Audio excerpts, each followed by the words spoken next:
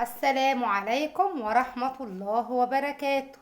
ازيكم يا حلوين؟ عاملين ايه؟ يا رب تكونوا بخير. هنصلي على نبينا عليه افضل الصلاة والسلام. بصوا بقى يا حبايبي، يا اخواتي، يا صحابي، المدارس هي على الابواب. عملتوا ايه بقى في لبس المدرسة وادوات المدرسة والكتب الخارجية والشنط واللبس والزيطة دي كلها؟ عملتوا ايه بقى؟ جبتوا حاجتكم ولا ايه؟ عملتوا ايه؟ بصوا بقى، انا يا دوب اهو سميت الله كده بقى وهبدأ بقى في وجع القلب بتاع المدارس اللي انتوا عارفينه. ليه بقى؟ المذاكرة بقى والمدارس والصحيان بدري. يا نهار ابيض، بصوا مش عارفة اقول لكم ايه بقى، والشتا داخلة خلاص، الجو هيبرد اهو. وايه بقى، والصحيان بدري ده بص بالنسبة لي انا بيبقى صعب والله. بس يلا بقى، هما كام شهر وهيعدوا.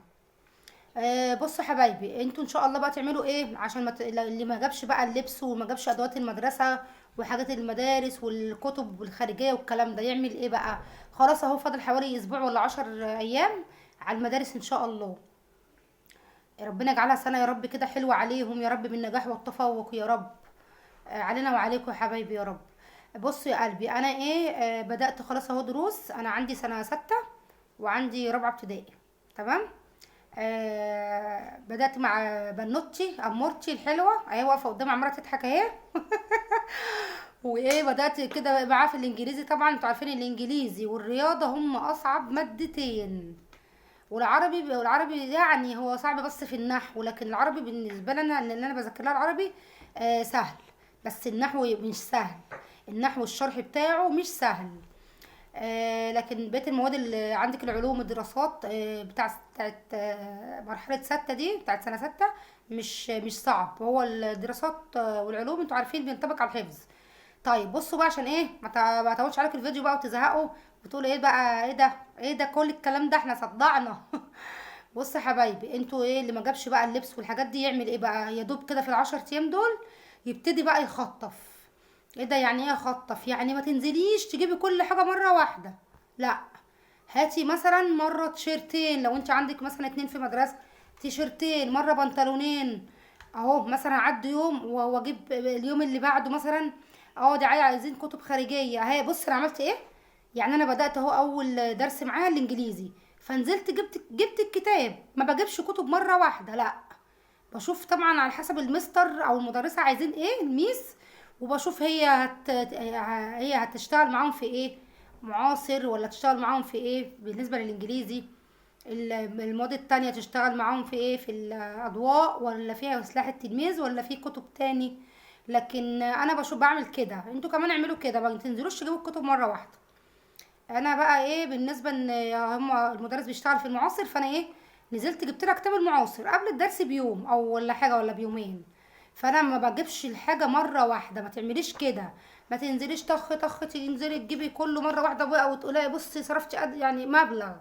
لا يا حبيبتي، هاتي. بالنسبه بقى ليه اللي هم بقى ايه رزقهم، يعني ايه مصروف بيتهم يوم بيوم او كل اسبوع. لكن اللي بالشهر ده مش مقصره معاه، بينزل يجيب هو حاجته مره واحده. لكن انا بتكلم على ايه، على اللي هم بياخدوا مصروفهم باليوم او بالاسبوع. فانت حبيبتي بصي، ما تجزريش برضك ايه زوجك يعني. لا يعني مثلا قولي له طيب اديني النهارده جبت تيشرتين، اديني مثلا بعد يومين كده طب اديني بقى اجيب البناطيل. طب احنا عايزين كتابين خارجيين او كتاب. مشي نفسك كده واحده واحده. طب ادينا اجيب الشنط، عايزه شنطه، عايزه شنطتين. ما تجيبيش بصي هتلاقي، لكن تجيبي ما تجيبيش مره واحده، هتلاقي بص الدنيا معاكي واحده واحده كده يا حبيبتي، هتلاقي الدنيا زي الفل. وما حسيتيش طبعا بالحاجات دي. طبعا في ناس ما شاء الله عليهم شاطرين، جايبين بقى الحاجات دي كده من شهر ولا حاجه.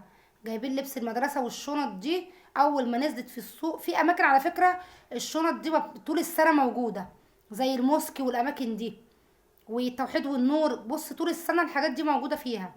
فانت انزلي بصي في التوحيد والنور، بصي شوفي في عروض. انزلي ما لا الاسعار دي بتبقى غاليه في الاماكن دي، خلاص اقرب اماكن ليكي انزلي اشتري. اه ده في محل انا عارفاه كويس ومهاود وبيبيع، عامل تخفيضات واسعاره كويسه، بيبيع حاجته باسعار كويسه.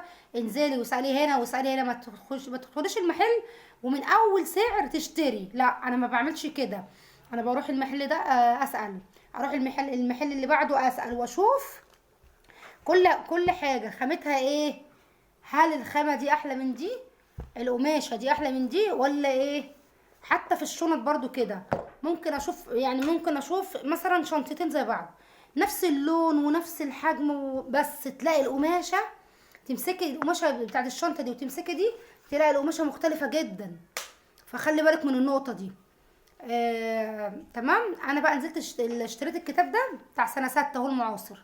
اشتريته بقى بكام عشان انت لو حابه تشتري وعندك 6؟ اشتريته هو سعره بصي مش عارفه الكاميرا هتجيبه ولا لا، اهو سعره 157. طبعا انا بروح كده مكتبه كده جميله وفيها تخفيضات على الكتب، اخدته ب129، عمل لي تخفيض. بصي ما شاء الله بجد على المكتبه دي، جميله جدا، مكتبه حلوه قوي في فيصل. لو انتوا عايزين تعرفوا هي فين وانتوا طبعا قريبين من فيصل، فممكن انا اكتب لكم يعني مكانها فين بالظبط. بصي يعني هو 857، هي اديتوني ب129. بصي في تخفيض قد ايه.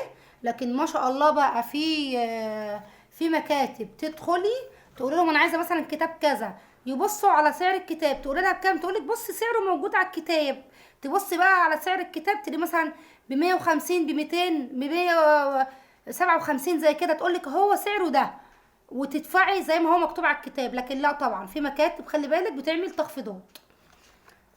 فانت ايه زي ما قلت لك يا حبيبتي، اجيب كتب خارجيه. هبدا الاسبوع ده مثلا في الماده دي انزل اجيب الكتاب، ما انزلش اجيب الكتب مره واحده، هيقطع معاكي بصي مبلغ وقدره. صدقيني الكتب الخارجيه السنه دي غاليه، يعني اغلى من السنه اللي فاتت برضو. فهو ربنا ان شاء الله يعيننا ويعينكم، وربنا يكرمهم كده ويجعلها سنه سعيده علينا وعليهم يا رب كده بالنجاح والتفوق. ومش هطول عليكم الفيديو يا قلبي، انا قلت بس كده ايه، اعرف كده حبايبي اللي ما اشتراش لبس المدرسه وادوات المدرسه يعمل ايه، يشتري كده يخطف كده واحده واحده ويشوف الخامه، لان خامه اللبس وخامه الشنط دي خلي بالك منها. زي ما بقولك في تيشيرتات قماشتها غير دي غير دي غير دي وتلاقي الاسعار واحده، فلا خلي بالك من النقطه دي. وفي الشنط برضو ممكن تلاقي نفس الحجم ونفس الشكل، ولكن تمسكيها كده الخامة بتاعتها مش هي دي، مش زي دي.